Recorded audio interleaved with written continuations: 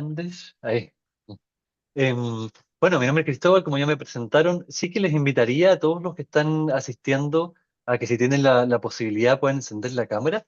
Cuando estamos presentando, yo hoy día les voy a acompañar como moderador, pero cuando los presentadores les va a hacer bien a su corazoncito poder ver caras mientras conversan. Em, Así también nos podemos como emular e imitar lo mejor posible la presencialidad. Em, ¿Me escucho con eco? No. Yo Vale. No, escucho parece que bien. ahí ese parece que es tu audio. Em, Bien, hola Seidi, Sandra, Natalie, ¿cómo están Natalie? Natalia, ¿cómo están?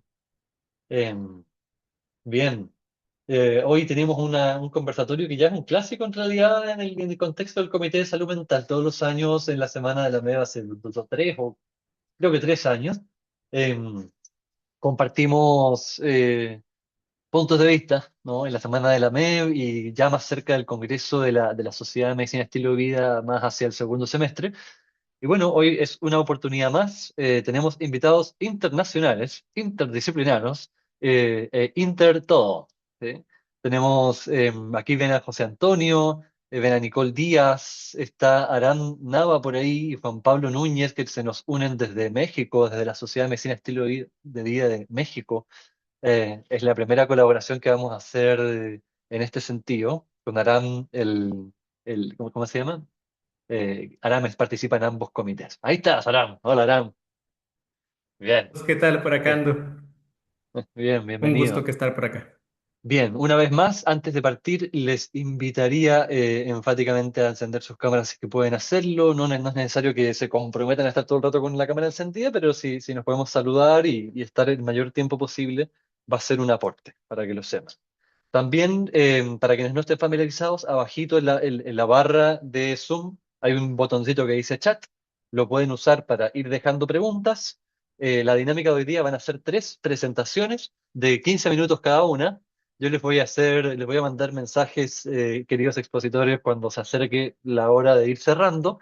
Y voy a intentar ser lo más estricto posible con los tiempos porque la idea es que nos alcance la jornada para al final hacer una ronda de preguntas y conversación, ¿no? Y probablemente estoy pensando que lo mejor sería que la primera ronda de preguntas pueda ser también entre expositores, así hacemos conversar las distintas temáticas y después también abrimos la palabra a todo el resto, ¿sí? Em, ¿Tú vas a estar viendo, Alejandra, el tema de la sala de espera?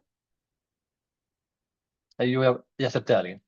Bien, Sí, yo me encargo de la sala de espera para que ustedes bien, puedan perfecto. ir avanzando. Perfecto, bien, perfecto. Tal vez nos damos un minuto más para saludarnos y a ver si en el chat todos pueden escribir dos cositas, desde dónde se están conectando y tal vez cuál es su interés acá. Tal vez son profesionales de salud, son médicos, psicólogos de otras disciplinas de salud. Pueden escribirlo así, 2 palabras simplemente en el chat para que todos nos veamos.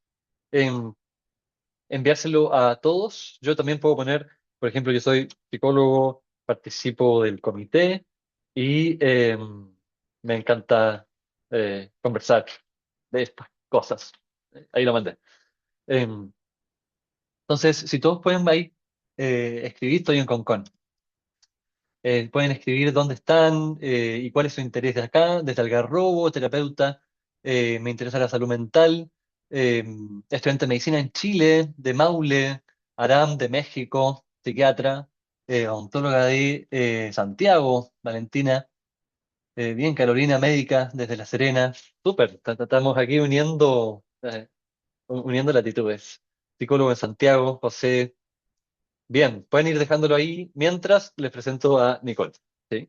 Nicole es parte del Comité de Salud Mental aquí de la Sochimed. Nos va a estar haciendo una presentación que tiene como propósito contextualizarnos, ¿no? Hemos pisado el palito en otras ocasiones de no contextualizar, de no introducir de qué diantres es esto de la medicina de estilo de vida. Así que ella se va a hacer cargo de esa linda tarea hoy día. Y después vamos a ir introduciendo las demás temáticas. Ella también las va a mencionar. ¿Sí? No sé si, Nicole, hay algo más que tal vez tú también puedes completar tu presentación, ¿sí? No, muchas gracias. Feliz de poder compartir hoy día un poco de la contextualización de la medicina de estilo de vida, así que para que la gente también empiece a entenderla y a descubrirla y lo linda que es. Así que yo creo que podríamos empezar en honor al Ujú. tiempo, no hay ningún problema, ahí Cristóbal me va a estar apoyando con el PPT Hicimos algo bien Ujú. bonito para ustedes. Así que, Bien, voy a compartir pantalla entonces. Presentación, acá.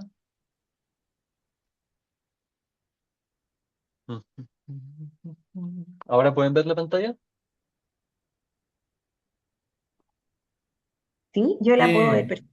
Ah, perdón, perdón. Se me olvidó compartir el audio. Ahora voy a compartir el audio.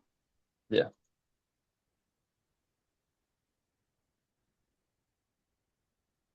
bien. Ya, Ahí, ¿me confirman de nuevo?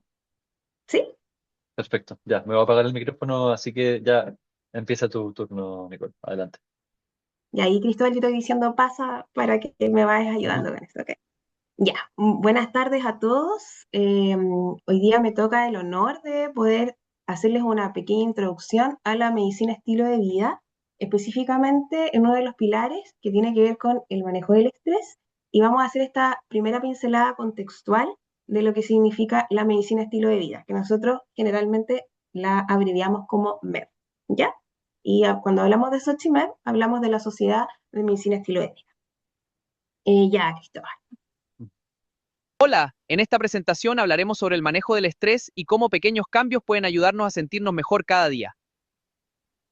Ahí le hicimos un pequeño cerebrito, por decirlo de alguna forma, bien amoroso, para que podamos ir introduciéndonos y él nos va a ir acompañando durante esta presentación.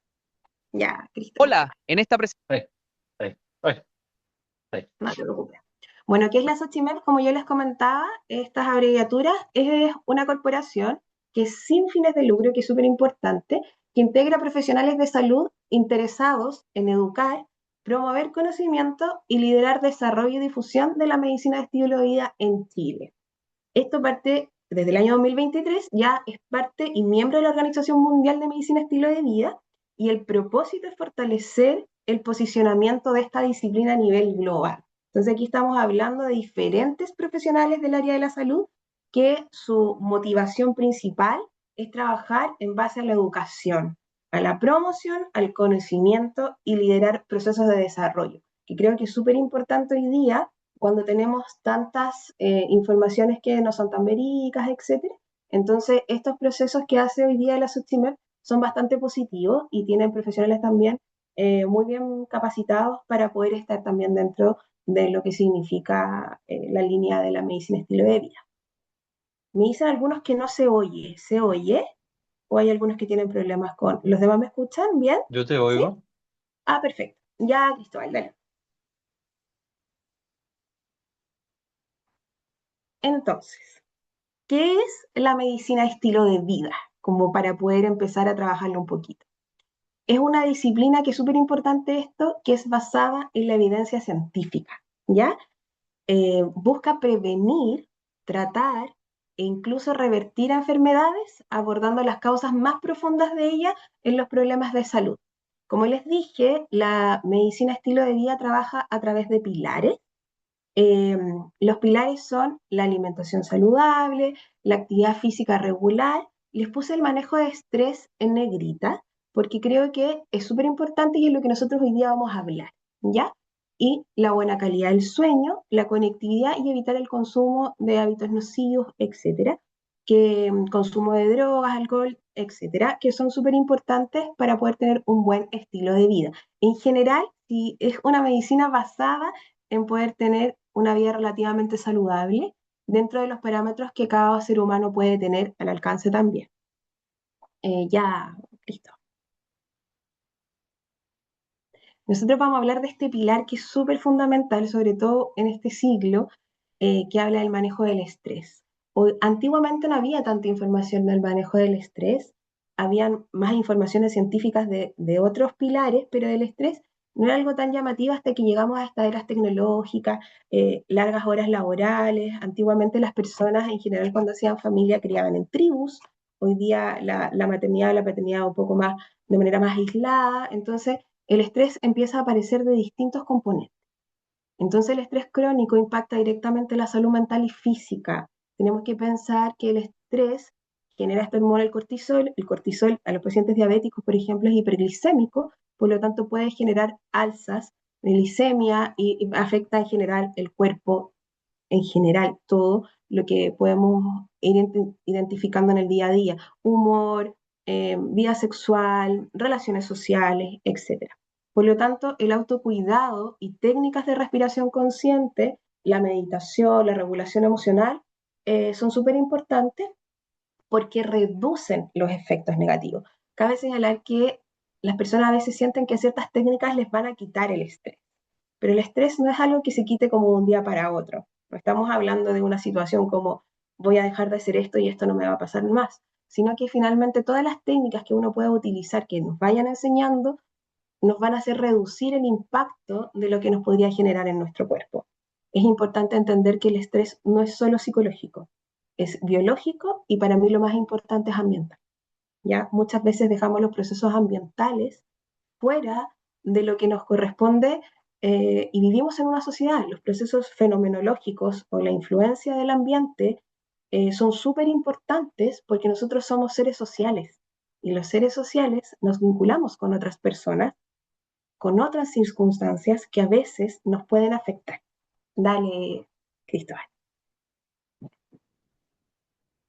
Es por eso que aquí creamos unos dibujitos que el estrés ocurre siempre en un contexto. No es como que llegara solito, ¿no? Entonces, el estrés también lo podemos visualizar en el barrio en donde vivimos, porque podemos sentir que hay falta de seguridad, por ejemplo, que hay faltas de espacio de recreación. A lo mejor vivo en un departamento pequeño, me encantaría poder correr, hacer deporte, no tengo el dinero a lo mejor para comprarme una máquina para hacer ejercicio. Y en ese contexto, igual la falta de espacio me puede generar no poder concretar ciertas actividades que me gustaría, y en ese contexto tengo estrés. La contaminación también puede generar contextos de estrés. La violencia, el ser víctima, visualizarla, o dentro del mismo barrio que hayan peleas, también puede generar altos niveles de estrés. En la calidad del ruido que escuchamos al dormir, ya sea el tráfico, obras que pueden estar cercanas al hogar donde yo vivo, de repente están construyendo algo cerca, un fin de semana que yo quisiera descansar, no puedo descansar, la música de otras personas y también las pantallas en algunos contextos. La soledad o cómo yo siento que alguien me apoya o no me apoya. Podemos sentirnos aislados. Muchas veces hay personas que dicen, oye, pero esa persona, ¿por qué está triste si tiene tanta gente que la quiere y que la apoya? Y a veces los seres humanos pueden estar sumamente acompañados y aún así sentirse solos. Y eso muchas veces no es entendido por los demás. Entonces eso también genera una carga de estrés adicional a los procesos emocionales que voy vivenciando. Entonces, la calidad de nuestros vínculos es sumamente importante porque puede generarme apoyo emocional, me puede generar de alguna forma alguna especie de cuna donde yo pueda estar. Muchas veces algunos problemas podrían verse descendidos solamente porque otro tiene una especie de compasión o empatía conmigo. Entonces, en esos contextos, el estrés siempre va a tener una forma. También hay muchas personas que están hoy día con largas jornadas laborales, por lo tanto, el estrés del día a día, que tengo que terminar ciertas cosas, muchas personas son cuidadoras de otras, y eso también es un trabajo muy complejo que requiere harta paciencia, harto cariño, hartas gestiones, y muchas veces el estrés también me empieza a generar procesos de irritabilidad, de aislamiento social. Entonces, no es solamente lo que nos pasa a nosotros, sino que es lo que me pasa con lo que me rodea. Entonces, eso es súper importante graficarlo hoy. Dale, Cristo. En este contexto, podemos identificar que los factores que son externos nos generan un impacto. Puede haber una persona con un mismo diagnóstico, con un mismo tratamiento, pero con evoluciones completamente diferentes porque viven en ambientes distintos. Entonces, en ese contexto, un mismo diagnóstico puede, con un ambiente desfavorable, puede generar inseguridad, conflictos, falta de acceso a los recursos, y generalmente esas evoluciones van a ser mucho más lentas, van a haber probablemente más síntomas, va a haber una menor calidad de vida y una menor adherencia al tratamiento. Generalmente son personas que dejan sus tratamientos porque se sienten muy solas, porque tienen estrés, porque a veces la economía no alcanza, pero tenemos esta misma persona en otro ambiente más favorable, en donde siente que tiene un entorno más seguro, vínculos más bien saludables, un apoyo más bien social, menos estrés económico, recursos disponibles como lecturas o tecnologías también que son muy buenas, y tiempo para el descanso y el ocio, que a veces uno no se los da y que son sumamente importantes.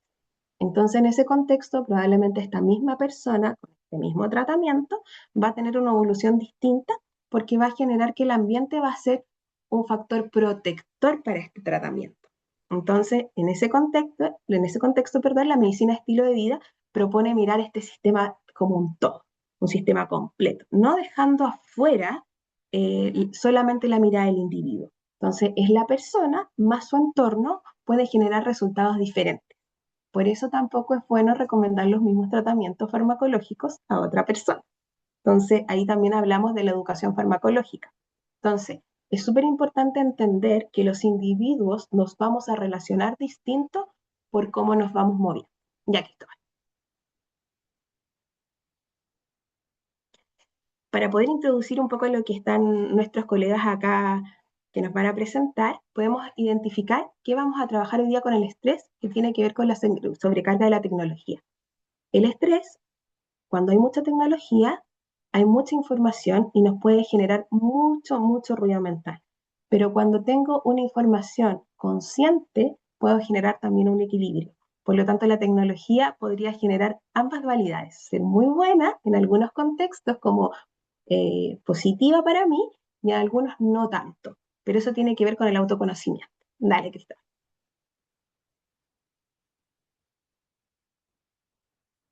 Entonces, podemos identificar que el ambiente también enfermo sana. La evidencia actual muestra que el ambiente también puede transformarse. La tecnología no es buena o mala, sino que depende cómo la use, ¿ya? Y estas necesidades emocionales vamos a tener que ver qué estamos intentando cubrir con el uso de ella, con el uso de esta tecnología. Desde la medicina estilo de vida y la mirada contextual que les estoy abordando, el problema aparece cuando la tecnología comienza a reemplazar funciones que son esenciales del ser humano, como el descanso, la conexión real con el aquí y el ahora, la autorregulación, porque el teléfono lo tengo todo al tiro, en el mismo momento. No sé si se dan cuenta que a veces los niños como que tienen poca tolerancia a la frustración, cuando les pasan tecnología muy pequeña, es porque tienen todo a la mano. Un ocio saludable, un silencio mental, a veces uno necesita estar en silencio mental, y una presencia emocional. Dale, Cristóbal.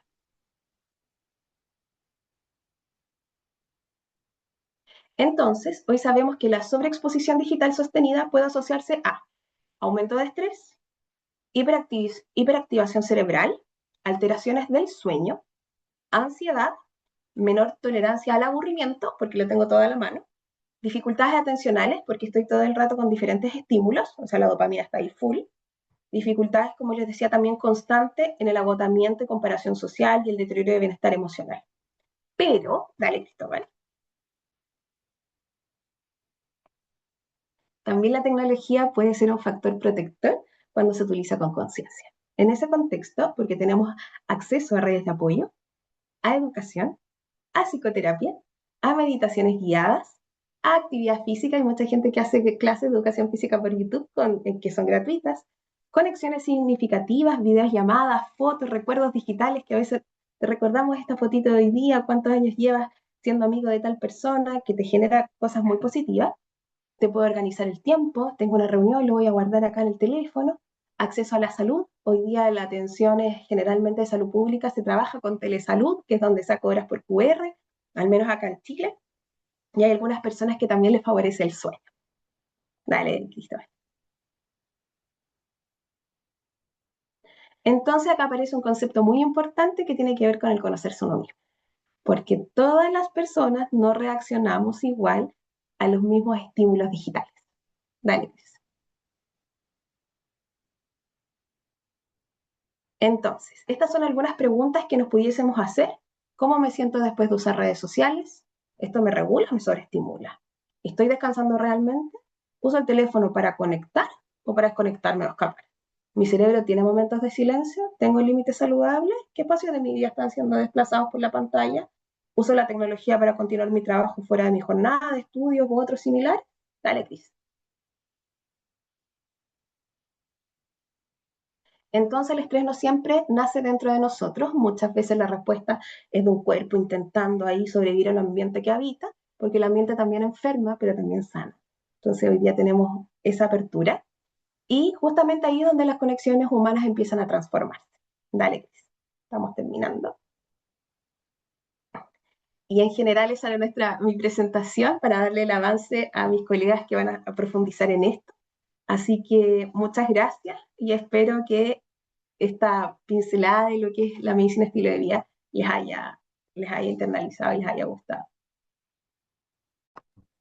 Bien, muchas gracias, Nicole. Si tuviéramos presenciales podríamos aplaudir. Em, Genial, ¿no? Buen panorama general también. Vamos a seguir con la presentación de Aram y Juan Pablo, ¿no?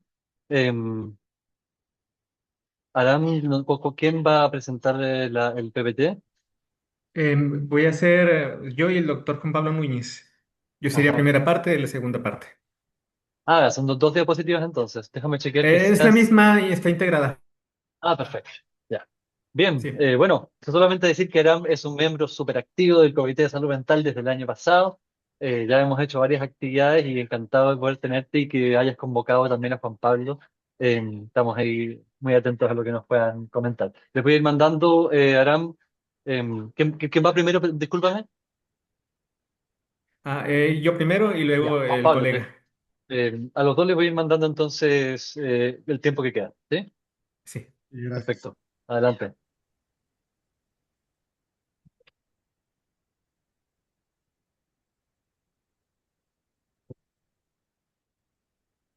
Sí, aún no se comparte, ¿verdad? Abajo, en el botón verde. Ok, ya, ya. Entonces,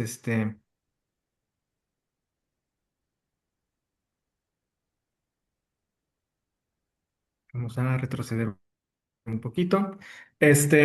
Primero, ¿sí la pueden ver todos bien?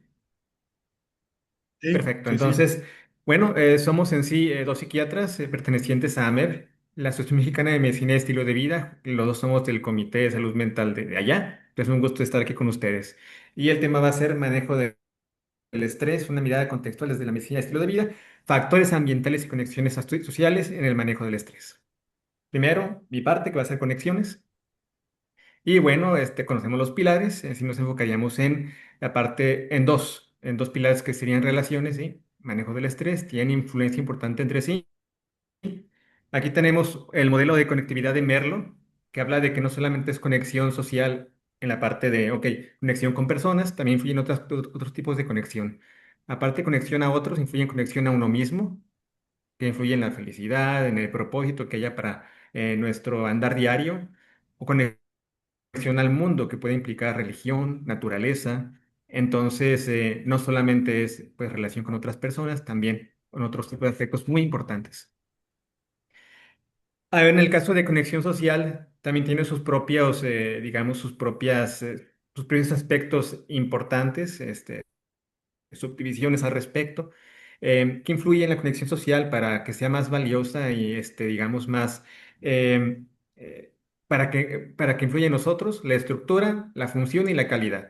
En el caso de estructura, influye, por ejemplo, pues el tamaño del círculo familiar, social, el estatus marital que haya o de compañerismo que haya, en función, pues si hay un soporte emocional de parte del acompañante, si es mentoría, si es soporte en crisis, qué función tiene esa conectividad, ese vínculo y la calidad, qué tan satisfechos estamos con ello, este, si hay conexión de ese con otras personas aparte, si hay inclusión, exclusión social, todo eso influye. Y eso influye también en nuestra salud.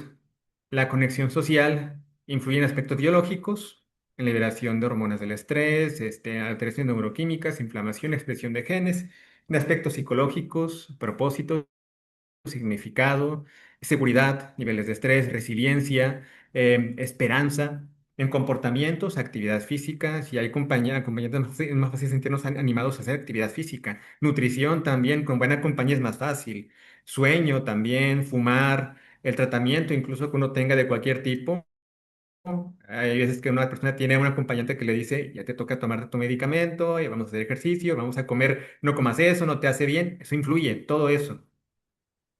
Y eso, a su vez, influye en prevención de diferentes problemas, problemas del corazón, strokes, diabetes, este, en sí, pues es sumamente importante. Veremos qué tanto. Esto que mencioné antes y un poquito lo que sigue después tiene que ver con este consenso de Estados Unidos del año hace ya 3 años, en que se menciona, más de 4 décadas de investigación han producido evidencia sólida de que la falta de conexión particular, de conexión social y en particular, una puntuación más alta en la medida del evento social se asocian con un riesgo significativamente mayor de muerte prematura en general.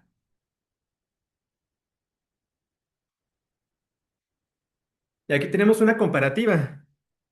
Aquí lo que estamos diciendo en esta gráfica importante es que, ok, la contaminación del aire influye en nuestra salud, en nuestra sobrevivencia, en nuestra mortalidad. La obesidad también, inactividad física, consumo de bebidas diarias, incluso fumar y cigarrillos podría afectarnos en nuestro índice de mortalidad, pero más que todo eso, la conexión social influye, reitero, más que todo lo anterior para el nivel de mortalidad que se puede encontrar, de manera que se considera la falta de conexión social como más dañina que incluso fumar 15 cigarrillos diarios.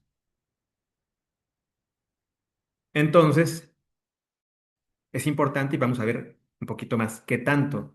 ¿Cómo nos ayuda en los vínculos con otros para reducir el estrés? De diferentes formas. Es un apoyo emocional, proporciona sustento afectivo, validación, comprensión. También si hay una crisis que afrontar, un problema, pues tenemos ayuda de otros, consejos, de alguien que sabe al respecto, o entre dos pues piensan mejor. Sentido de pertenencia y compañía, se reduce soledad, se proporciona conexión. También un propósito y significado basado en roles, o sea, uno pues siente que hay significado para lo que hace, tiene uno su lugar. Mejora autoestima y sentido de control, o sea, pues fortalece la percepción de que uno puede hacer las cosas.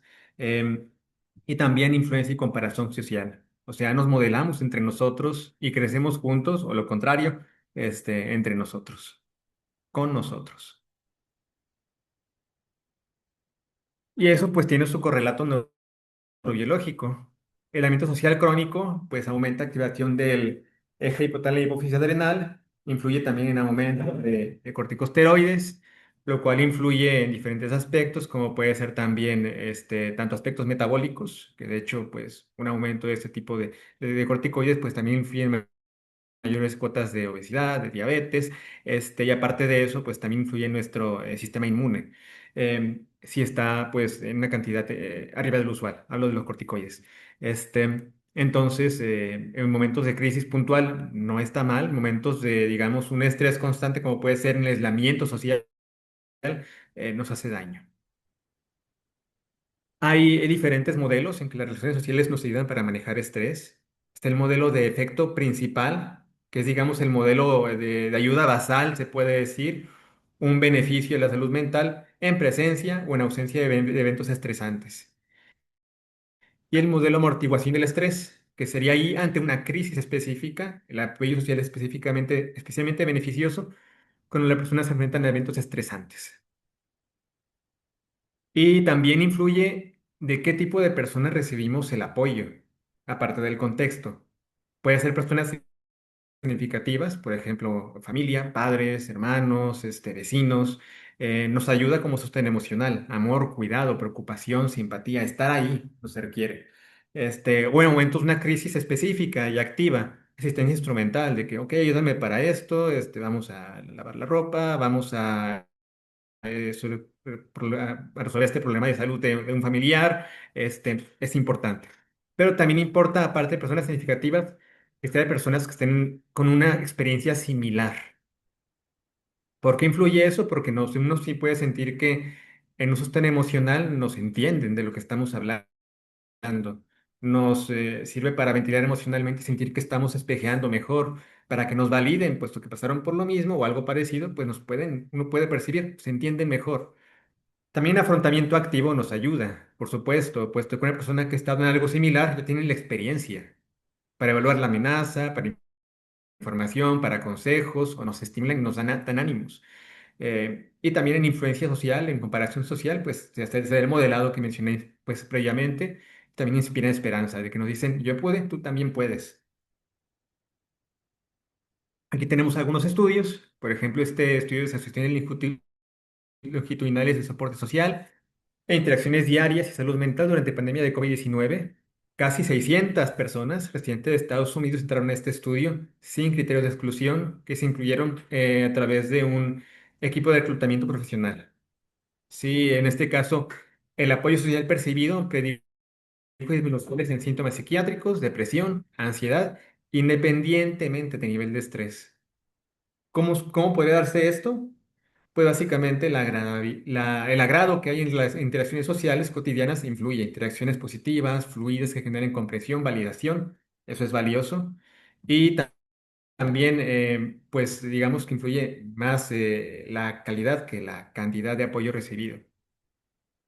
Y aquí pues se reitera básicamente que una mayor calidad de relaciones sociales se asocia con menores síntomas depresivos en Estados Unidos durante el COVID. Y la calidad de relaciones sociales actuó como un amortiguador contra síntomas depresivos a medida que aumentaba el estrés psicosocial. Y aquí tenemos otro estudio que se hizo en poquito más de 400 personas, estudiantes universitarios griegos. Y aquí lo que se menciona es, a ver si tengo aquí el láser para mostrar, puntero láser, aquí está. Básicamente lo que nos dice es que tanto el capital social que tengamos offline como online nos ayuda tanto para la parte de satisfacción en la vida como para la parte de resiliencia. A lo mejor el impacto puede ser mayor offline, ok, estamos de acuerdo en eso mayormente, pero si a veces se echa a un lado o se demerita la parte del soporte social online, pues también importa, ¿sí? También es relevante y eso nos ayuda a enfrentar mejor pues el estrés. Aquí tenemos otro estudio que dice, ningún hombre es una isla, recursos sociales, estrés y salud mental a mitad de la vida. Es una corte prospectiva de más de 17,000 nacimientos desde el 58. Se valoran asociaciones entre niveles de recursos sociales de 45 a 45 años y síntomas de salud mental en individuos expuestos al estrés. Y se vio que eran necesarios mayores recursos sociales para conferir beneficios en salud mental cuando había alto nivel de estrés. O sea, básicamente, más estrés implica que se requiere mayor recurso social. Y esto es válido tanto a problemas a corto y largo plazo. Y en sí, se puede concluir, pues una red amplia de vínculos sociales y mejor apoyo en personal ayuda a las personas a resistir la exposición a niveles más altos de estrés. En el trabajo también es importante. Aquí tenemos este otro estudio, más de 400 personas, empleados de sectores públicos, privados, en ambos es válido esto. Completaron medidas estatales sobre experiencia reciente, más estresante en el trabajo. ¿Y qué se dio respecto a esas personas que trabajaban en conjunto? Que mayor identificación social con colegas de organización, junto con mayor apoyo social, se relacionó con menor estrés percibido, mayor satisfacción con la vida, menores intenciones de rotación laboral, o sea, pues estoy a gusto aquí con esas personas, pues es cómodo estar aquí, menos me quiero ir, y mejor desempeño laboral. Entonces, el soporte social es importante, obviamente, pero aquí lo tenemos, digamos, de una forma que hay estudios al respecto al objetivo, pues nos ayuda también en aspectos de laborales. Si queremos organizarnos en alguna asociación, en algún equipo, queremos fundar algún establecimiento, hay que tomar esto en cuenta. Y continuamos. Si quieres, doctor Juan Pablo, yo me dice siguiente y yo paso.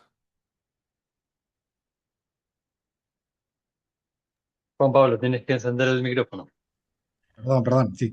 Ahí. Eh, Bien, Hola, ¿qué un tal? segundo, Juan Pablo. Voy a extender un poquito el tiempo para que puedas ir tranquilo, ¿sí? Sí, sí, no, adelante, no te preocupes. Dale. Bueno, a ver, creo que uno, en primer lugar, muchas gracias, gracias por la invitación a ustedes allá en Chile, también al doctor Aram.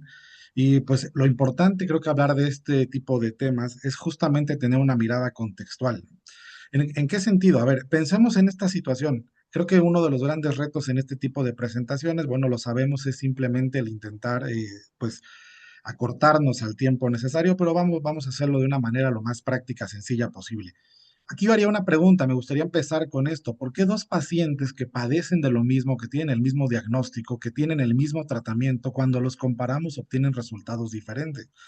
Ese tipo de situaciones las vemos con mucha frecuencia en los consultorios y decimos, bueno, a ver, en realidad, ¿por qué? Si a lo mejor están recibiendo la misma terapéutica. Bueno, entonces, de manera contextual, una de las siguientes cosas que deberíamos de tomar en consideración es empezar a observar algunas cosas como en dónde viven, con quién conviven, como decía el doctor Nava, incluso cómo duermen, en dónde trabajan, están cerca de la naturaleza o no. La siguiente. Por eso decimos que el entorno funciona no solamente como un telón, sino que se convierte como un telón de fondo, sino se convierte en un actor principal. Es decir, que entonces el entorno físico, el entorno químico donde el paciente vive, va a poder tener la capacidad de modificar de alguna manera y de una forma continua y medible su respuesta fisiológica al estrés. ¿Por qué decíamos que importa preguntarlo y comprenderlo? Porque abordarlo es parte integral del cuidado de la medicina de estilo de vida.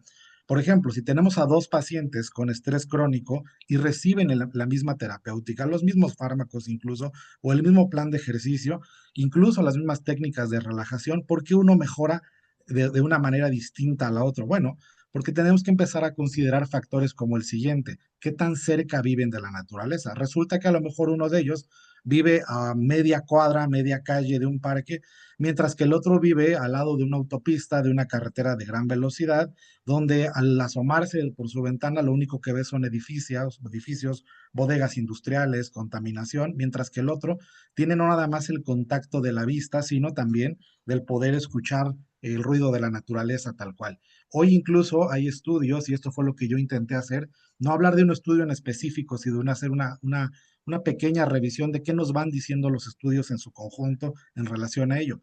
Y muchos indican que, por ejemplo, cuando las personas simplemente tienen acceso al poder ver la naturaleza, inclusive aunque no la toquen, pero que tengan la posibilidad de ver árboles, mejoran en situaciones relacionadas al estrés. La que sigue, por favor.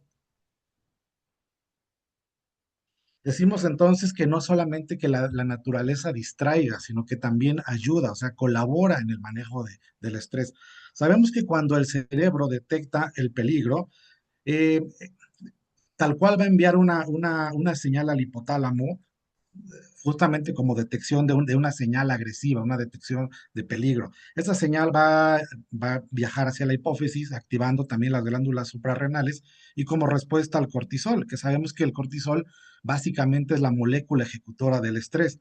¿Qué pasa? Que bueno, en dosis agudas termina siendo protector, pero también cuando las dosis de cortisol aumentan, activan o se mantienen de forma crónica, van a producir distintos malestares, entre ellos deterioro cognitivo, por ejemplo, aumento en la presión arterial, también mecanismos de inflamación, daños cardiovasculares, cambios en la arquitectura del sueño, y así es como el eje hipotálamo, hipófisis suprarrenal nos lleva también a una situación. Desgraciadamente no tiene la capacidad de distinguir entre un origen de estrés real como una verdadera amenaza percibida en comparación con cosas que pudieran resultar estresantes, como por ejemplo el ruido, la contaminación, ciertas partículas, incluso el entorno social.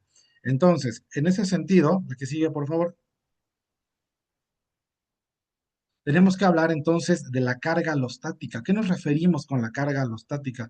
No es otra cosa más que el precio que sufre el cuerpo para adaptarse. Representa el desgaste acumulado en el cerebro y cómo el cerebro va a estar o va a producir un resultado eh, después de que ha estado crónicamente estresado y cómo va a funcionar de manera ineficiente en relación a este tipo de sistemas. Siempre me gusta imaginar que la carga alostática es como una cuenta de banco, pero una cuenta de banco donde no están entrando depósitos, sino al contrario, está viendo pagos, está viendo estresores, está viendo salidas. Ejemplo entonces, un ruido constante, una noche de mal dormir, vivir incluso en vecindarios inseguros, van a representar estos débitos, van a representar estos desgastes. Los factores ambientales entonces terminan ser dañinos porque continúan siendo, o más bien permanecen siendo factores estresiantes que no se limitan. Pensemos, por ejemplo, en esto, en lugares de gran contaminación lumínica, es difícil que uno salga a apagar las calles apagar las luces de la calle, obviamente. Entonces, por eso es que resulta complicado abstraerse de ellos porque son estresores permanentes. La que sigue, por favor. Por otro lado, tenemos el entorno y cómo el hecho de estar en espacios verdes, me gustaría que se fijaran en esa diapositiva, simplemente en esos tres valores, tenemos que ir muy rápido. Lo que se ha observado es que cuando las personas conviven cerca de la naturaleza, incluso están cerca de ella, y atención con este detalle que voy a decir, no se relaciona porque alguien podría decir, yo no tengo la posibilidad de vivir en el bosque me queda lejos o el parque me queda lejos. Hay estudios satelitales que han visto que simplemente en los barrios donde hay un poco más de vegetación ocurren los siguientes cambios. Este es un resumen de muchos estudios. Por ejemplo, puede disminuir la presión arterial hasta en 4.3 milímetros de mercurio. La frecuencia cardíaca también baja y esto nos da como resultado una D de Cohen de 0.54. Recordar que esta es una variable que nos mide que son cambios moderados, pero al fin y al cabo cambios positivos en relación al manejo del estrés. Es decir, estar cerca de la naturaleza puede disminuir o mejorar estos parámetros. La que sigue, por favor. Entonces, ¿qué le ocurre al cuerpo dentro de la naturaleza o en contacto con la naturaleza? Decimos que la vegetación pequeña también importa. Yo decía, no necesariamente es, porque esto ya está demostrado, que el hecho de caminar en áreas verdes reduce el cortisol salival, incluso hace cambios en la frecuencia cardíaca, también en la conductancia de la piel, pero el mecanismo opera a través del sueño. A más vegetación, hay una mejoría en el sueño y por lo tanto menos estrés. Recordar que cada vez queda más evidente que cuando hay fallas en la arquitectura del sueño, el estrés se dispara. ¿Sí? La que sigue, por favor. De igual manera, podríamos hablar que el ruido es un ambiental agresor silencioso. Aquí me gustaría que se quedaran con una idea simple. Los oídos no tienen párpados, por lo tanto los oídos siempre se quedan, digamos, de alguna manera encendidos. Cuando las personas viven en contacto con ruidos graves, con ruidos estresores, fábricas y demás, otra vez altera la arquitectura del sueño y a una peor arquitectura del sueño aumenta niveles de estrés. Entonces, ¿por qué? Porque de alguna manera el cuerpo es incapaz de abstraerse o de detener el ruido ambiental. ¿La que sigue? De la misma manera, la luz. ¿Y la luz en qué sentido? Sabemos que cuando oscurece aumenta la melatonina. El gran problema es, tengo que ser muy rápido en esto, que cada vez estamos expuestos a mayor luz. Vivimos o estábamos diseñados para vivir en lugares donde no había luz en la noche. Ahora, ¿qué es lo último que las personas hacen? Pues estar enfrente a un móvil, a una pantalla, prender la televisión, y eso origina que a menor melatonina, mayor cortisol, decíamos, más estrés, menos calidad de sueño. ¿La que sigue?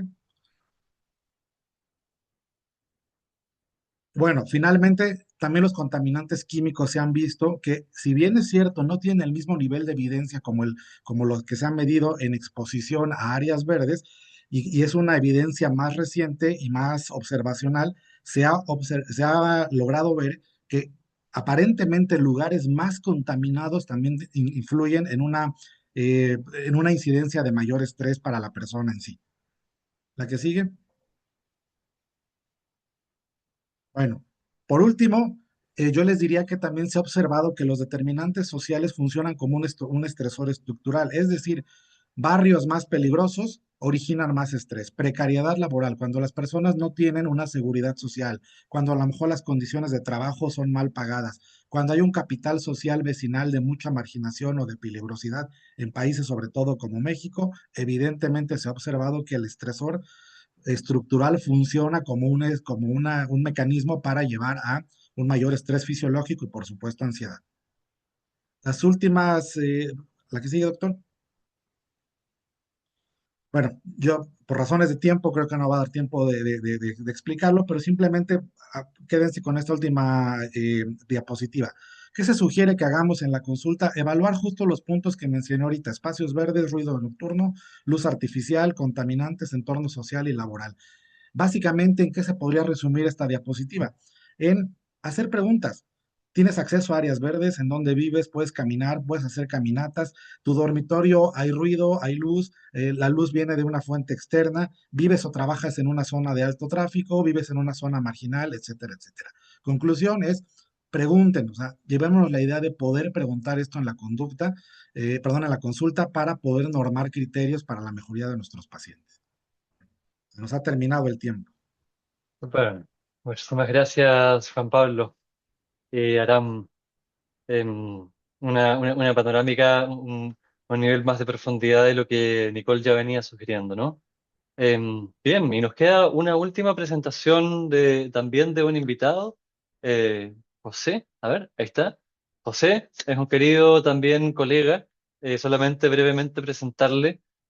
José es profesor de la Universidad Adolfo Ibáñez, es parte del laboratorio de investigación eh, Prismalab, ¿no? Recientemente bautizado, ¿no, José? Sí, Y también es parte de la ACBS Chile, de la Asociación para la Ciencia Contextual del Comportamiento, en su capítulo chileno, y compartimos ahí trabajo. Creo que lo otro que me has mandado, que también participas del Instituto Milenio para la Investigación de la Depresión y la Personalidad, ¿no, José? sí. Entonces, José es un gran investigador. Vienen también en representación de su equipo, él ya nos contará. Eh, y nada, nos va a presentar algo de lo que ellos mismos vienen investigando, ¿no? Inicialmente yo había tomado este tema, pero cuando supe de que podía venir José, dije, bueno, que José lo haga, así él lo hizo. Así es que, bienvenido José y es todo tuyo. Tenemos estos próximos 15 minutos. Gracias. Primero voy a partir pidiendo disculpas por mi poco sentido de la estética. Los PowerPoint de los compañeros estaban bastante más bonitos que el mío. Así que les voy a empezar la presentación ahora. Bueno, me gustaría partir un poco con una pregunta eh, abierta. Desde que apretaron el link del webinar hasta ahora, ¿han revisado su teléfono? Si la pregunta es sí, ¿en qué momento lo revisaron? ¿Cuando estaban esperando a que les dieran permiso para entrar a la sala? ¿Cuando quizás se aburrieron en algún momento de las presentaciones o encontraron muy compleja alguna parte de la presentación y les costaba entenderlo? Bueno, probablemente esas o razones por las que estaban usando el teléfono en ese minuto podrían haber estado ligadas principalmente a la experiencia del malestar. Para este estudio y para esta presentación, en verdad, nos basamos en este estudio que presentamos hace un par de años con el equipo de Prisma eh, sobre la relación que existía entre la ansiedad social y el uso problemático de Internet, también en relación con sus distintos mecanismos. Bueno, ¿por qué nos importa? ¿Por qué nos damos en el fondo la lata y nos tomamos el tiempo y usamos recursos públicos para poder estudiar esto? Y es porque la ansiedad social tiene una prevalencia grande dentro de la población, es un 4%, teniendo en consideración que es el trastorno de ansiedad social, no la presencia de sintomatología de ansiedad social. O sea, el 4% de la población tiene un trastorno relacionado a la ansiedad social. También la ansiedad social se relacionaba con lo que nosotros estudiamos. Nosotros estudiamos el uso problemático de Internet de sus distintas fases, facetas. Entonces, la verdad es que tenía harto que ver con lo que nosotros estábamos investigando. También, algo que nos llamó la atención es que uno de los principales mecanismos, y muchos de acá se dedican a la salud mental, saben que uno de los principales mecanismos de la ansiedad social es la evitación, justamente tal. Y es un mecanismo que está bien presente actualmente. Y está presente porque tenemos el teléfono, ¿no? Tenemos acceso al teléfono, tenemos acceso a una pantalla, tenemos acceso a un mundo enorme de información las 24 horas y eso obviamente va a tener consecuencias en cómo nos desenvolvemos en el mundo en relación a quizás nuestros abuelos que no tenían este maravilloso dispositivo que nos permite hacer de todo, desde trabajar hasta jugar algún juego. Ay, no puedo. Ahí. Bueno, el estudio lo diseñamos con un estudio tipo EMA. Un estudio tipo EMA es un estudio longitudinal intensivo, donde medimos a 122 adultos jóvenes por 10 días, 5 veces al día, y medimos principalmente las cuatro variables principales que medimos aquí fue adicción a Internet o uso problemático de Internet, ansiedad social, evitación de interacciones sociales y el uso de Internet para compensar la soledad. Entonces, leyendo la literatura y el estado del arte hasta ese minuto, nos hicimos la siguiente pregunta. Eh, ¿Son la evitación social y el uso de Internet para aliviar la soledad los mecanismos que podrían regular la relación entre la adicción a Internet y la ansiedad social? Bueno, ¿qué fue lo que encontramos? En el primer resultado fue que la adicción a Internet predecía síntomas de ansiedad social.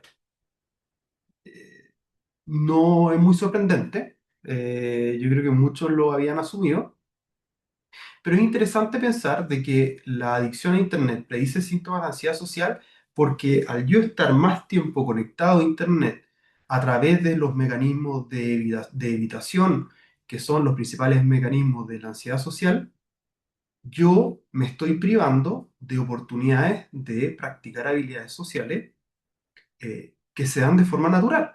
Por ejemplo, estar en una reunión social y en vez de interactuar con personas y exponerme de forma natural a algo que nos encantaría tener la oportunidad en la clínica de recrear, me lo pierdo. Entonces lo que hago es que tiendo a mantener esta ansiedad social justamente por la evitación. Y como yo siento malestar, veo el teléfono y ya me siento mejor, funciona. Sí, funciona a corto plazo, pero tiene un costo mayor. Y es justamente que la ansiedad a largo plazo termina perpetuándose. Un segundo resultado que para mí personalmente es el más interesante es que la ansiedad social no predijo adicción a Internet.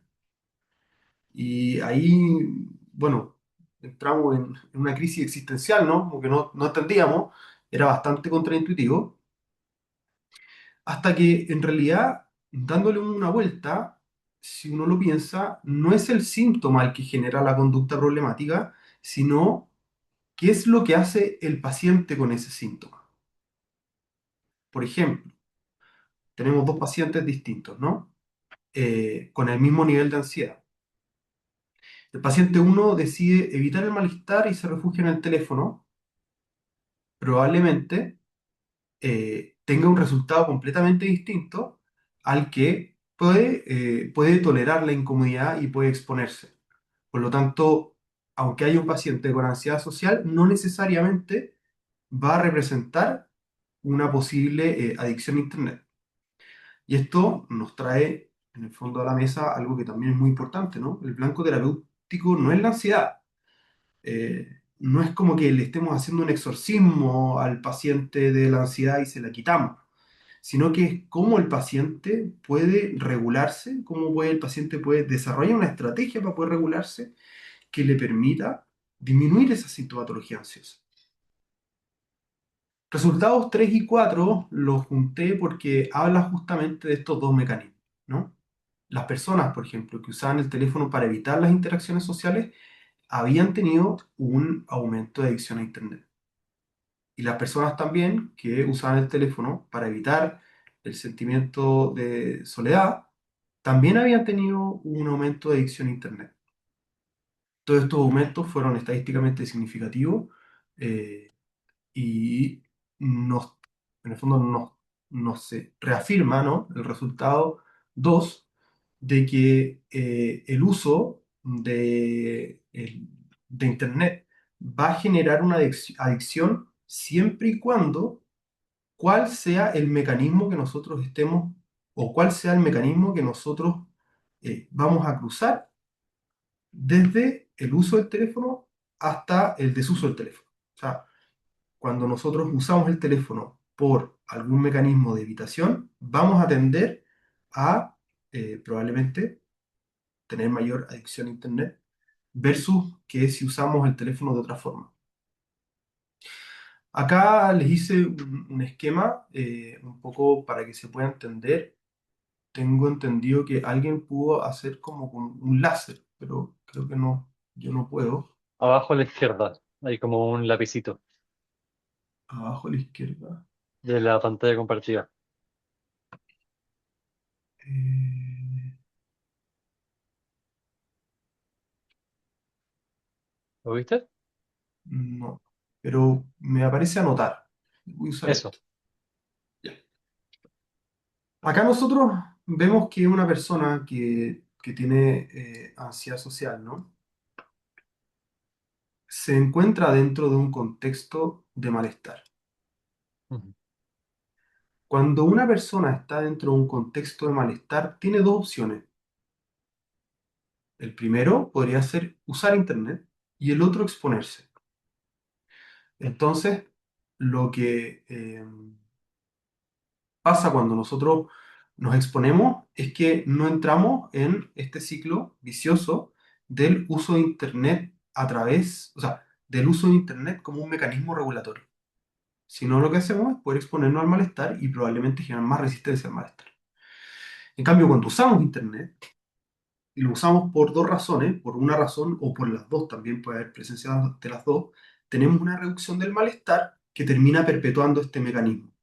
Y el mecanismo tiende a repetirse. Uy, ¿cómo podré borrar todas estas rayas?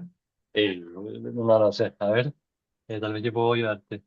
Em, sí, ahí te borré. Que María Adriana creo que está, está Ajá. eh, con un lápiz. Bueno, ¿qué implicaciones clínicas tiene esto que encontramos? La implicación principal es que la adicción a Internet antes se medía o la entendíamos como la cantidad de tiempo que pasaba una persona en Internet, ¿cierto? Lo cual, en este momento, especialmente ahora que vivimos en un mundo que después de la pandemia, obviamente muchos trabajos se hicieron virtuales, es bastante engañoso, porque no es lo mismo pasar 8 horas conectado a un computador trabajando que estar 8 horas porque en realidad me siento mal conmigo mismo, me siento deprimido y eso me hace sentir mal y para poder evitarlo lo que voy a hacer va a ser jugar algún juego, ¿no? Entonces, es importante cuando nosotros tocamos este tema con los pacientes es poder entender cómo están usando los pacientes sus dispositivos o internet y qué incidencia pueden traer a su sintomatología actual.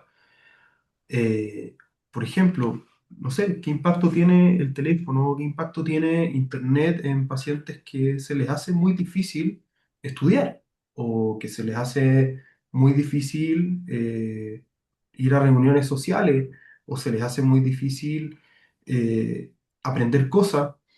Eh, no podemos obviar el teléfono de una forma tan fácil, porque en el fondo es algo que está siempre con nosotros. Es un regulador muy práctico. Entonces hay que considerarlo en la clínica y hay que tocarlo con los pacientes. Bueno, y un poco de los aportes que están fuera de la consulta, y esto más orientado a ustedes que a sus consultantes, es que los invito a ver cómo usan el teléfono. ¿Cuándo usan el teléfono? ¿Por qué usan el teléfono? ¿Les pasa que de repente están sentados con alguien y como que prenden el teléfono y lo apagan? ¿O ven el teléfono, se meten en una aplicación donde no les ha llegado una notificación y lo apagan? ¿O usan el teléfono en el metro? ¿O usan el teléfono en una sala de espera? Y que no tener el teléfono en la sala de espera o en el metro les genera malestar. Creo que es importante un poco pararnos a pensar en qué momento usamos este teléfono como un regulador emocional, porque también apareció de forma bien espontánea y ha crecido de forma muy rápida. Así que los invito en ese sentido a hacer una pausa y pensar, bueno, ¿qué es lo que hacemos con el teléfono? Así que muchas gracias. Espero haberme no tomado más tiempo del necesario. No, te quedan 2 minutos, de hecho, José Antonio. Eh, Ah, bueno, si alguien Oye, quiere de, hacer de hecho alguna te están pregunta. haciendo una pregunta ahí en el chat. Puedo aprovechar de pasártela dado que tenemos tiempo. El psiquiatra Ivani, el psiquiatra Pregunta, ¿los pacientes del estudio cumplían algún criterio de TEA además de ansiedad social? No, no medimos eso. ¿Era un criterio de exclusión o simplemente no estaba dentro de las medidas? No era no estaban ni en criterios no estaban los criterios de inclusión ni de exclusión, no lo consideramos dentro del. Lo que pasó es que nosotros medimos no trastornos, sino que sintomatología propia de la ansiedad social. Es difícil y muy complejo medir trastorno y es poco útil si lo vemos desde un punto de vista longitudinal, porque nosotros lo que queremos ver es presencia de la sintomatología, más allá de existencia o no existencia del trastorno propiamente tal. Vale. Oye, José, ¿te puedo pedir si puedes volver al esquema que trajiste? Te queda un minuto. Obvio. Bien, igual todos quienes vengan escuchando recuerden de dejar ahí hay un par de preguntas en el chat, las vamos a tomar. Em, pero está bueno. Quería preguntarte tal vez si puedes dar un comentario respecto al camino verde, el camino de abajo. Porque creo que el loop del uso de Internet como mecanismo de evitación y que amplifica y arma este ciclo, creo que lo explicaste más, pero ¿qué sería lo de abajo? ¿Cuál sería la alternativa que tú planteas? Mm. Esa es una buena pregunta. Eh, Entendamos que nosotros somos animales y los animales siempre vamos a querer evitar el malestar, ¿cierto? Vamos a buscar eh, sentirnos bien, ¿no? En la mayoría del tiempo. Es algo muy, no sé, nos sale natural agarrar el teléfono porque sabemos que sentimos bienestar de forma inmediata, ¿no? Pero las cosas inmediatas, y siendo humanos, y siendo conscientes de lo que nos hace bien y lo que nos hace mal, a veces nos puede traer problemas. ¿A qué me refiero con exposición, no? Que, por ejemplo, llega un paciente con ansiedad social. ¿Y qué hago con el paciente con ansiedad social si es que lo tengo dentro del loop, ¿no? Se va a sentir tranquilo siempre y cuando use el teléfono. El camino verde sería la exposición, o sea, de promover que el paciente, en el fondo, eh, esté en una reunión o converse con personas sin ver el teléfono o interactúe con personas sin tener que estar evitando estas cosas o cuando se sienta solo buscar personas, ¿no? No solamente ver videos en TikTok. Entonces, eso va a traer también una retroalimentación positiva porque se va a sentir bien, siempre y cuando, digamos, como que tengamos buenos resultados. Obviamente es mucho más arriesgado. Una persona con ansiedad social puede enfrentarse a una situación donde se sienta más cómodo eh, y donde se sienta, en el fondo, aceptado, por ejemplo, como también puede pasar que no. Entonces, evidentemente es más arriesgado, pero también hace que la persona tenga muchas más herramientas al futuro. Las mismas presentaciones que hicieron los presentadores anteriores hacían relación a lo que eran nuestras redes de apoyo, nuestro espacio, nuestro contexto, el uso de Internet y el aislamiento que genera el evitar las interacciones, claro, termina perpetuando mucho más este problema. Vale, súper. Muchísimas gracias, José. Bien, puedes dejar de compartir por ahora, a menos que vuelvan a preguntarte, también pueden. Bien, tenemos ahora un tiempo, entonces, gracias José, Juan Pablo, Aram y Nicole por sus presentaciones. Ahora es el momento en que todos quienes quieran podemos levantar la mano o escribir por el chat alguna pregunta. Quizás partir consultando a los expositores si es que hay alguna pregunta que tengan entre sí para abrir la conversación. Igual, medio que ya leí una pregunta, así que ya partió, pero Aram, Nicole o Juan Pablo o José Antonio, si es que tienen alguna pregunta que hacerle a los demás, o ya puedo empezar a leer tal vez las que están en el chat.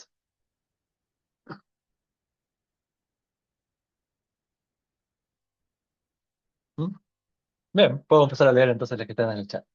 Em, bueno, ahí hubo una conversación, tal vez Aram, Si quieres comentar algo de la respuesta que dejaste a Paulina en el chat. Ah, sí, sí. Bueno, lo voy a leer. Dice Paulina Ibacache. Gracias por la pregunta. ¿Qué instrumento recomiendas para evaluar el pilar de conexiones? Por ejemplo, ¿cómo valorar el apoyo social percibido? Bueno, es que hay una escala específica de ello. Y aquí la puse, es la escala multidimensional de apoyo social percibido. También está el español.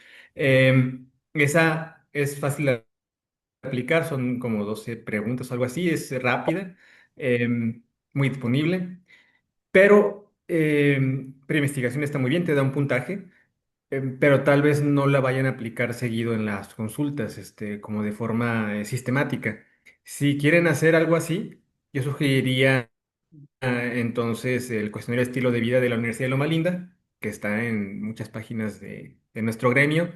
La versión corta nada más solamente tiene una pregunta, creo, Ujú, tiene una pregunta que tiene que ver con la parte de conexión social con otros, o con naturaleza, o con aspectos religiosos, o con otro tipo de actividades, pero la larga sí te pregunta mucho al respecto de aspectos de relación con otros y de los vínculos y cómo es su calidad. El problema está en que, digo, yo la aplico y me sirve como para luego preguntar al respecto, pero no da un puntaje, no es para investigación. Sí, ujú. pero es una buena entrevista. Y aparte tiene la ventaja de que, pues, justamente usa, pues, nuestro bagaje de medicina y estilo de vida específico. Está hecho para embonar justamente con nosotros. Son las que podría recomendar. Súper, gracias, Aram. Bien, más preguntas por ahí o comentarios también, ¿no? Impresiones. Em, Recuerden que este webinar está en el contexto de la Semana de la Medicina de Estilo de Vida, una semana dedicada a nivel global para difundir esta área, ¿no? De especialidad cada vez más desarrollada aquí en Chile. ¿Cuántos son? 5 años que existe la Sochimed. Em, y creo que desde mi punto, tal vez yo puedo hacer un comentario. Escuchándoles me alegré, también me alegró como la manera en que Nicole encuadró la conversación. Porque muchas veces cuando hablamos de hábitos saludables es muy rápido como entender enseguida que se trata de una cuestión individual que tenemos que ayudar a personas específicas como a hacer cosas específicas. Y creo que también las presentaciones de hoy día han borrado esos falsos bordes, ¿no? entre los individuos y sus ambientes. Em, Así que gracias por eso. Creo que es un paso adelante también en las conversaciones que venimos planteando como comité. Pregunta para Aram, de Natalia. ¿Conoces alguna Ah, experiencia tipo política pública que promueva la conexión social? sí, de hecho sí. Y hace no mucho salió a colación en nuestro gremio también. Justamente hace como un año empezó a surgir esto de la certificación de mi estilo de vida, Blue Zones. Sí, Ujú. entonces justamente el Blue Zones Tal vez Aram, junto con perdón, nuestro... perdón que te pause. Tal vez puedes explicar qué es eso, Sí, qué es Blue las zonas Zones. azules son las áreas del mundo en que hay mayor longevidad y de mejor calidad. Y justamente, pues, han hecho, digamos, este enlace con la IBLM, con la Junta Internacional de Medicina y Estilo de Vida, y ofrecen certificación a médicos certificados de medicina y estilo de vida. Y también las Blue Zones han hecho actividades en ciertas ciudades de Estados Unidos para no solamente decir, estas son las ciudades en que hay, digamos, mayor longevidad y mejor calidad, sino más bien cómo crear ese tipo de ciudades. Sí, entonces sí se han hecho en sí protocolos, bueno, no más que protocolos, programas al respecto, comúnmente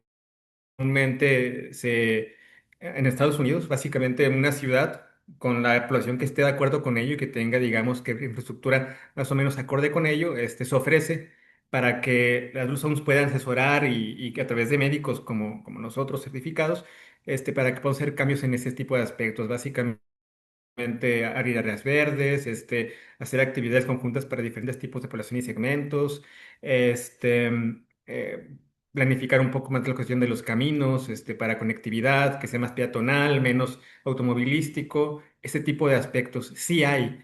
Pero que yo sepa en México o en Chile no se han hecho así de forma específica.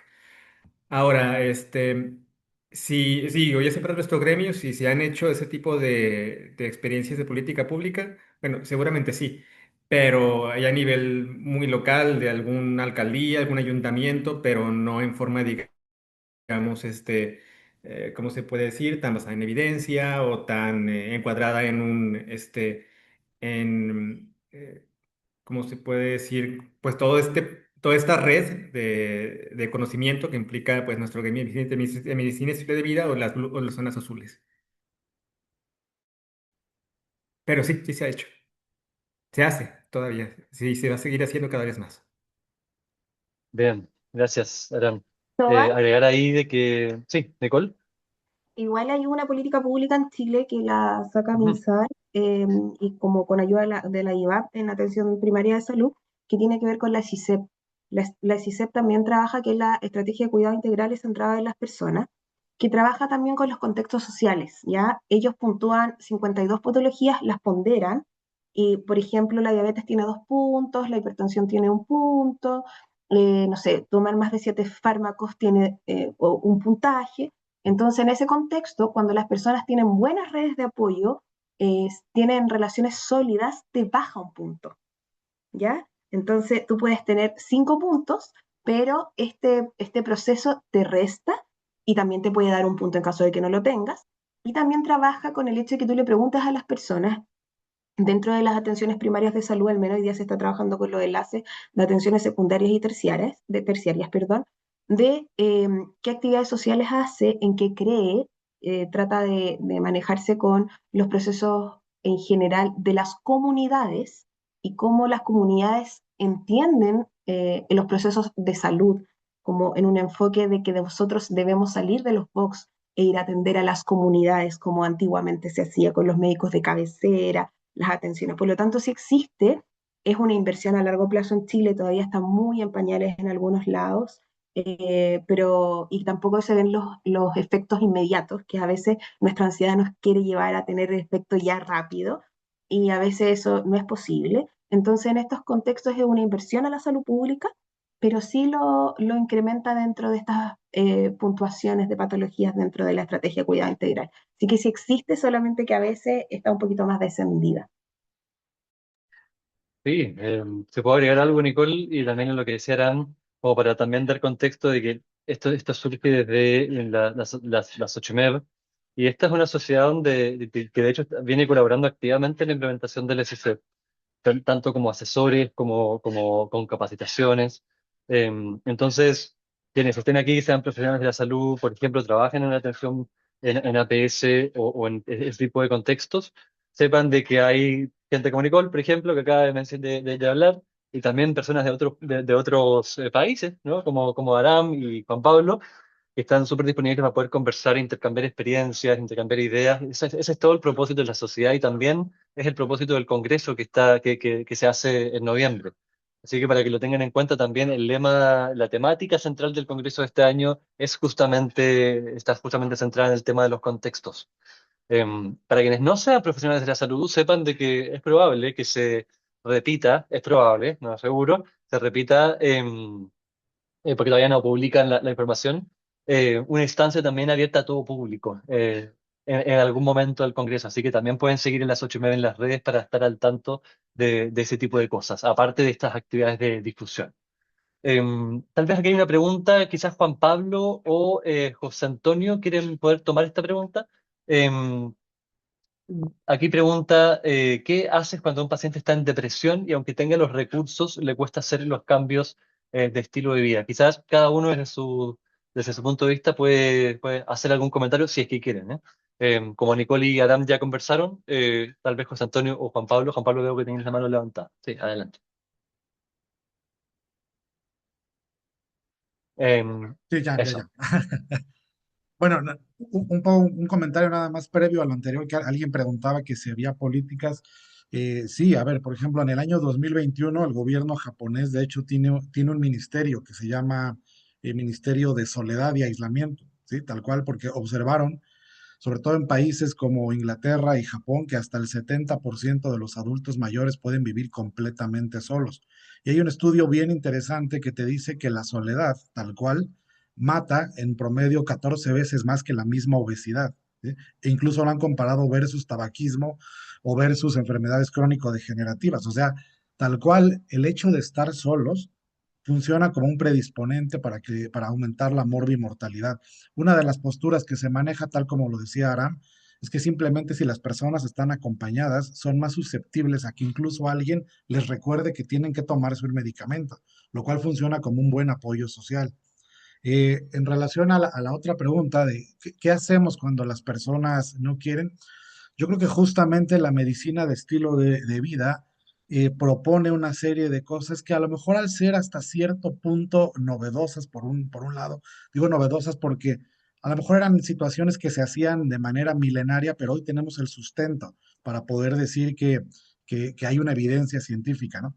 A ver, ¿qué podríamos recomendarle a alguien? A veces es más fácil motivar a una persona que vaya a caminar a un parque a que se tome un fármaco. Y decíamos hace ratito, no estoy diciendo que tomar el fármaco sea innecesario, por supuesto que no. Pero si vamos sumando acciones como el hecho de decir, sale al parque, mejoran niveles tanto de presión arterial como a lo mejor disminución en cortisol, como simplemente el paciente percibe una sensación de bienestar, porque también está descrito.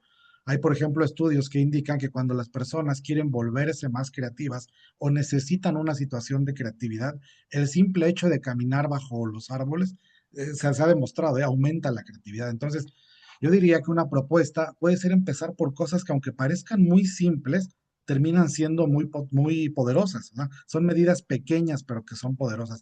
Animarlo a caminar, justamente, desde yo en Inglaterra hay un estudio muy interesante donde consistía en simplemente pedirles a las personas que una vez cada 3 días le llamaran a un ser cercano que tuviera tiempo de no ver y llamarles por teléfono y después observar qué pasaba a lo largo del tiempo. Bueno, se dieron cuenta que aquellas personas que tienen más conexiones sociales mejoran también en bienestar en relación a depresión.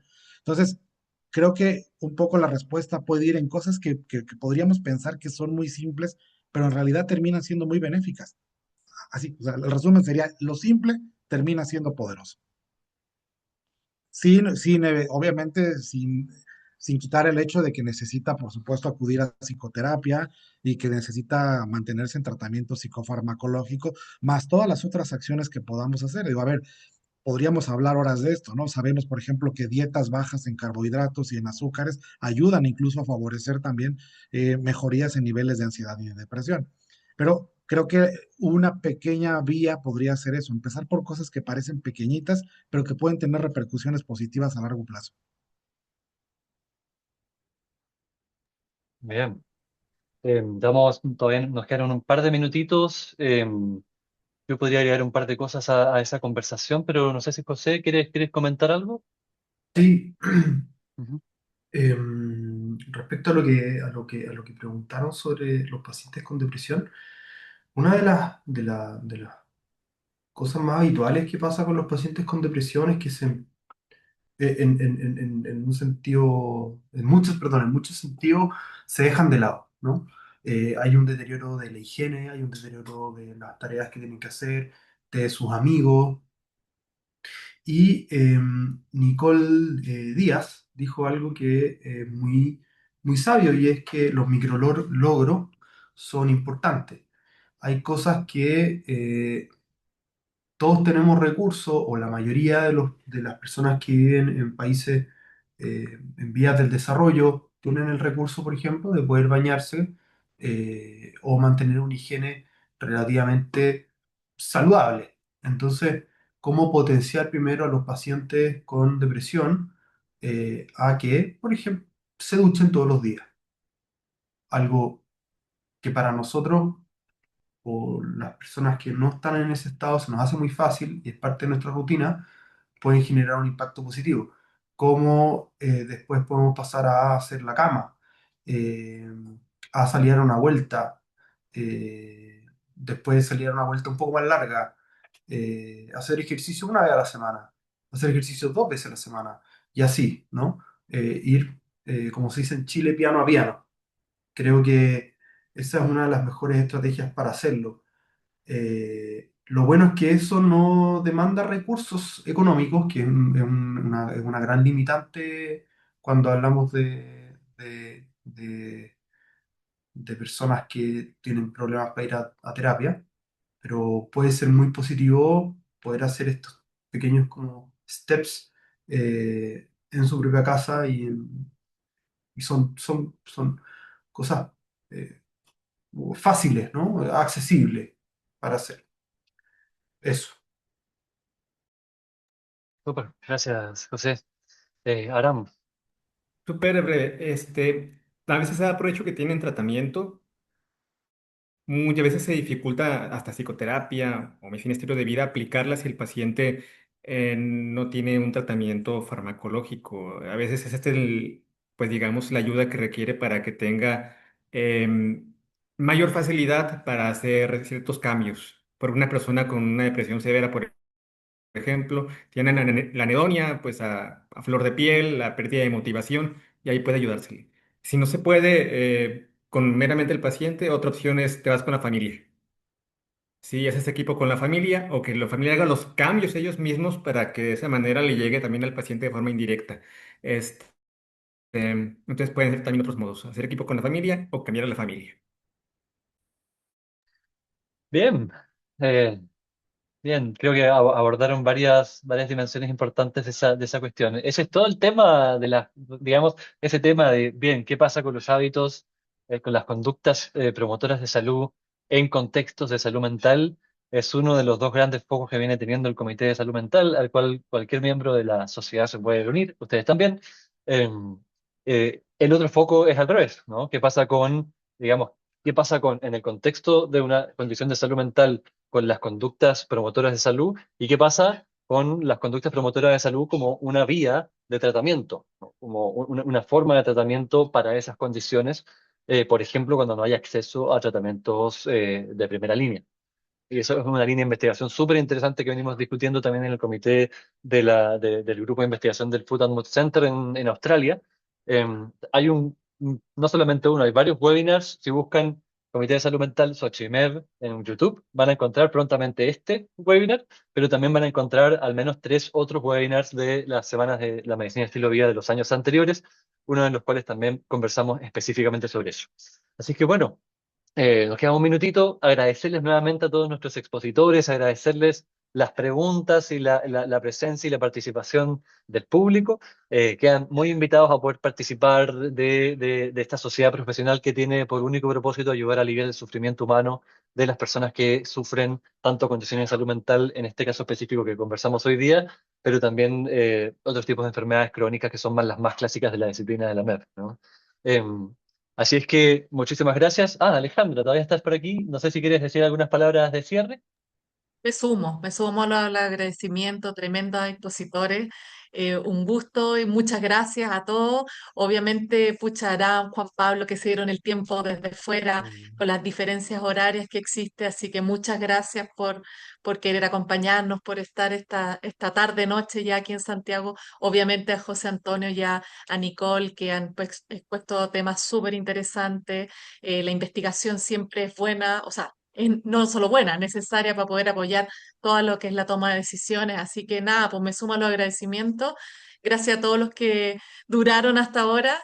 Pero bueno, es que estaba muy interesante, así que gracias, solo agradecer. Súper. Nos vemos entonces en una próxima oportunidad. Muchísimas gracias.